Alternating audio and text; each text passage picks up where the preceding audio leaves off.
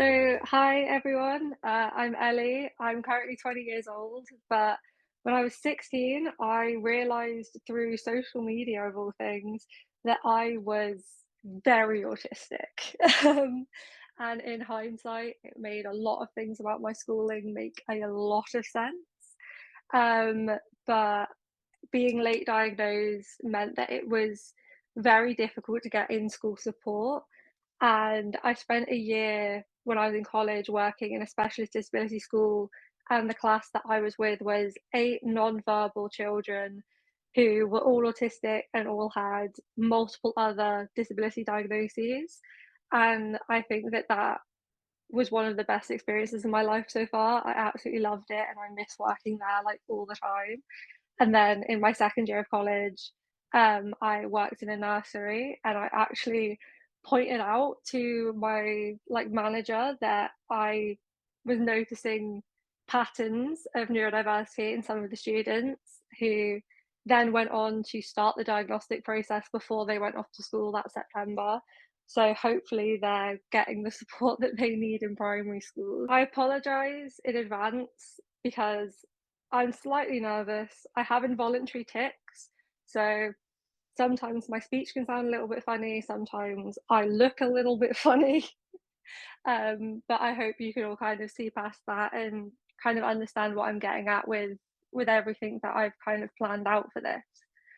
So we're gonna start with kind of, I don't know if you'll be able to access the polls because I'm sharing the screen, but these were a few of the things that when I spoke to teachers that I know because my mum works in a primary school, when I kind of was speaking to them, asking what it was that they found challenging, um, about kind of supporting their neurodiverse students, because the primary school my mum works at is the one that I went to. It's quite a small school, but there are a lot of varying support needs there, as with most schools.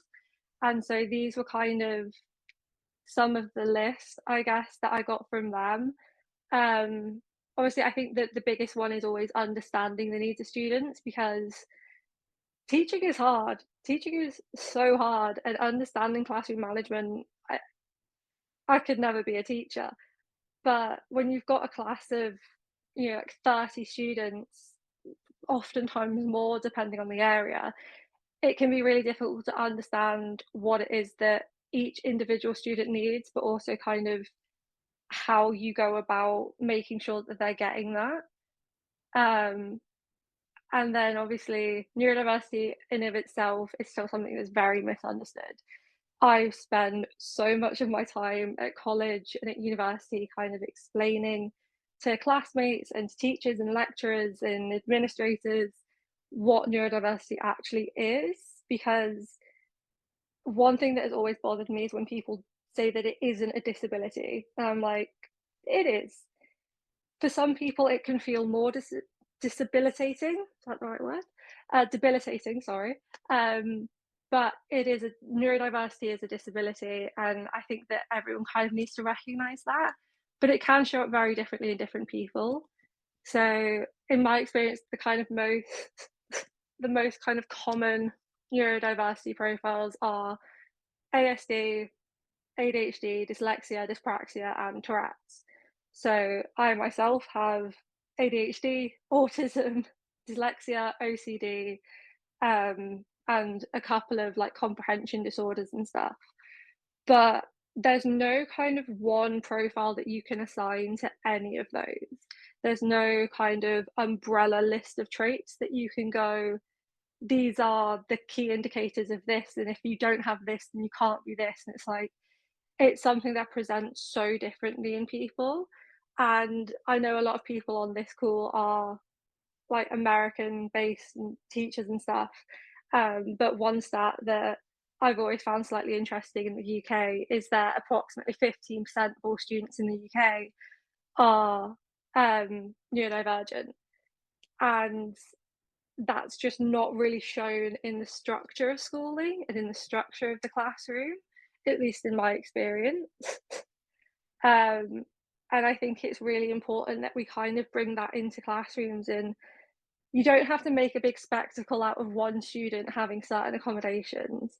I've had substitute teachers who very much brought attention to accommodations that I had, and it feels really, really uncomfortable, and I ended up leaving the classroom because it shouldn't be one of those things that you kind of point at and you single out. I think that a lot of accommodations are a lot more general and can be applied to people who maybe don't have neurodiversities, but would still benefit from similar things to neurodiverse students. But the way that neurodiverse students take in information and the way that we learn and process can be very, very different. And I know for myself, one thing I always struggled with was that I never got taught how to learn, which sounds kind of stupid, sounds kind of weird, but our teachers and stuff, whenever exam season would come up, would always be pushing revision on us. But I was always naturally kind of smart, and so I never got taught how to actually learn new information that was completely new to me. And so I was kind of always in this battle of I'd never understood what revision actually was because I never understood how to process the new information that I was learning in the classroom. I kind of just had to basically wing it. And it worked out all right for me so far, but it's still something, especially at university now, that I'm struggling with of trying to kind of find that balance between the two because it's really difficult when you're just getting given all of this information, but you're not given any kind of methods or techniques or strategies to actually take on all of that information, if that makes sense. And a very common trait of people with neurodiversities is sensory issues. And for myself, this has been my absolute biggest struggle in school because between echoey classrooms, people messing about, you know, fire drills are my enemy. I hate the fire bells in every single school I've ever been in, but the lights and the sounds of the projectors and stuff that, you know, people who aren't neurodivergent won't even consider. Like the way that I had people look at me like I was absolutely insane when I say the lights are too loud in the classroom because you can hear the electricity, you can hear the buzzing, and it becomes infuriating. And once you hear it, at least for me, it's all I can hear. And it completely takes me away from whatever work it is I'm doing. And the lights are so intense and they're so jarring sometimes. And so I think that kind of being aware of how many of those little things that if you don't have sensory issues can be overlooked and you take for granted that you don't notice it. But for neurodivergent students, it can become the single most overwhelming thing in their day. I think kind of being aware of those things and kind of finding ways to minimize the risk essentially of that kind of very overwhelmed sensory overload is one of the most important things at keeping neurodiverse students in the classrooms. But having those kind of alternative setups, even if you're fortunate enough to have some kind of sensory room in your school, having that different lighting can be really, really grounding when the like fluorescent lights of the classroom become too much. Having kind of some alternative area where that sensory input is slightly minimized can be the difference between a student needing to go home and a student being able to go back to a lesson later on in the day. One thing that I wish I had was some kind of privacy screen for when I was working in school. I've seen one of my friends, one of their accommodations was they had like a basically like a 3-point folder that they could kind of fold out and put around their book. And so when the teacher walked over and that privacy screen was up, they knew not to look at that person's book and they moved on.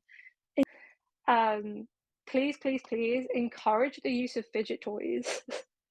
I remember for the longest time that I would be so scared of using fidget toys in the classroom because although they help me, it would always get singled out. And I had so many teachers that would just kind of go, why are you playing with toys in my classroom? And it's like, I'm not.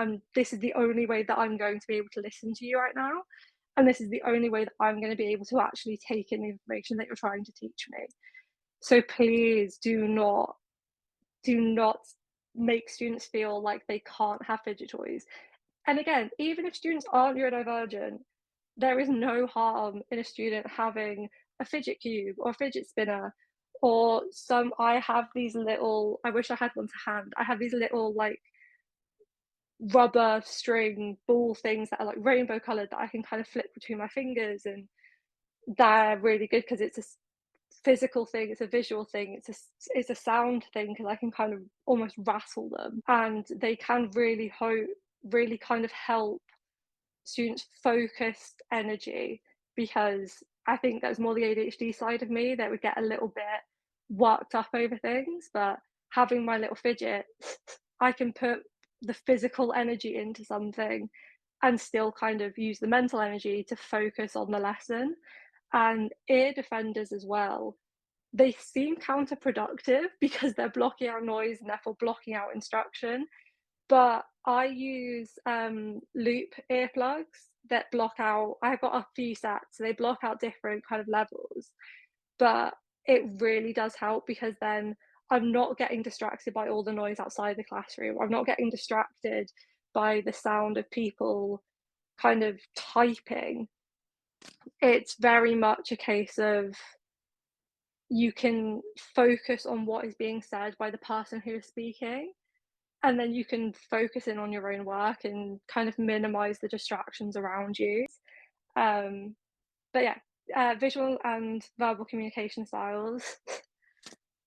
I think when you've got like PowerPoints and stuff like that, a lot of the time they feel useless, at least in my experience, being a very analytical person, being autistic, but also having a very creative mindset because of my autism and my ADHD.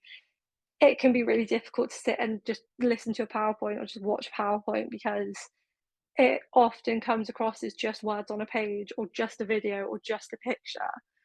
And so I think it's really important to kind of have a little bit of variety, but also have stuff that you can hand out that is a visual reminder of a task. And just being very, very clear and explicit in the instructions, because it's so frustrating when we're told to just do stuff and then given no extra detail on how to go about doing it. Um, and also the way that you speak to neurodivergent students does have to be different because our brains just work differently. And so we're going to process, comments slightly differently than other people might. But I think flexibility is a really, really important one for neurodivergent students in the classroom, because it it can be really difficult, the emotional dysregulation that we experience. I can go from being really, really involved and really, really productive to completely disengaged and overwhelmed and uncomfortable in a matter of minutes. And it's been really difficult kind of trying to help my teachers and lecturers understand that, because I want to be doing the work, I want to be involved, but I physically can't be because at a certain point, trying to consciously regulate my emotion and my mental state, it's too much, and I do not have the energy to do so anymore, and I just kind of completely lose it, and it can be really, really difficult to get back.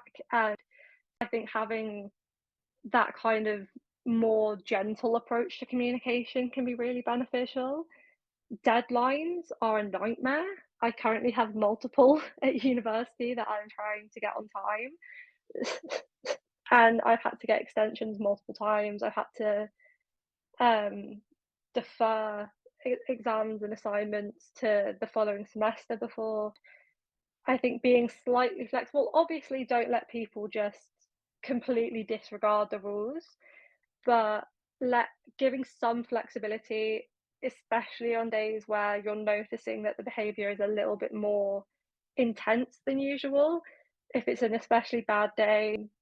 And introducing movement breaks was one that really helped when I was in college.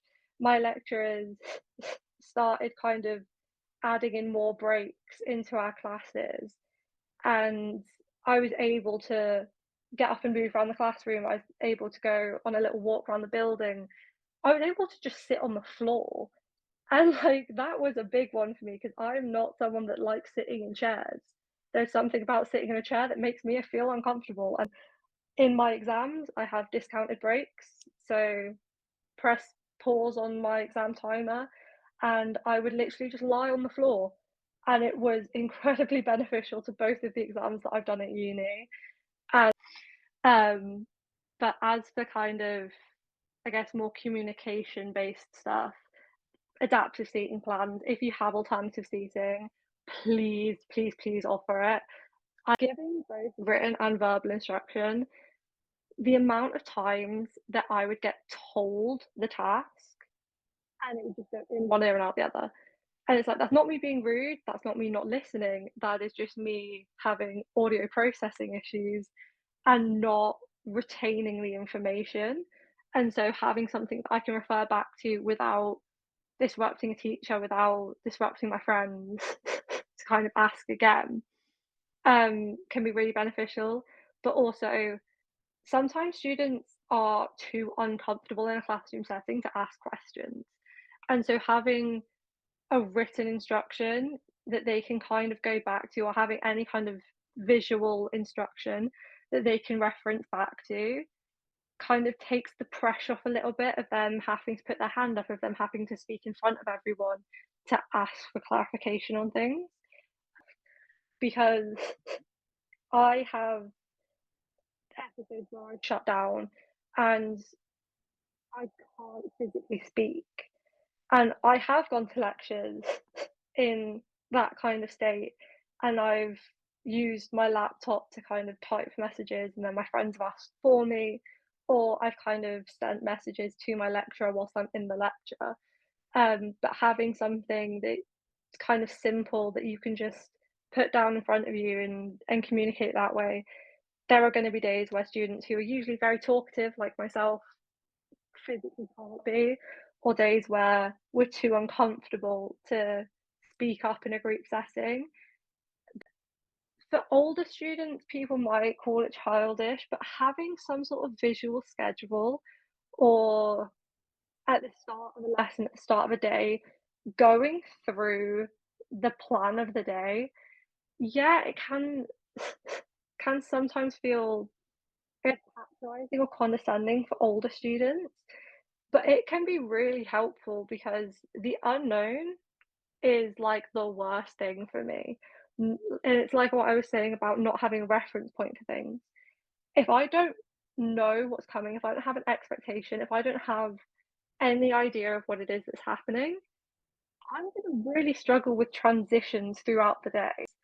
And so I think just kind of having some way of communicating to students when there are changes from their usual kind of setup, like if, say, every single Wednesday a student has um a student has an English lesson every Wednesday, and then they go to that lesson on a Wednesday, and and then there's a note on the door that says this is in a different classroom.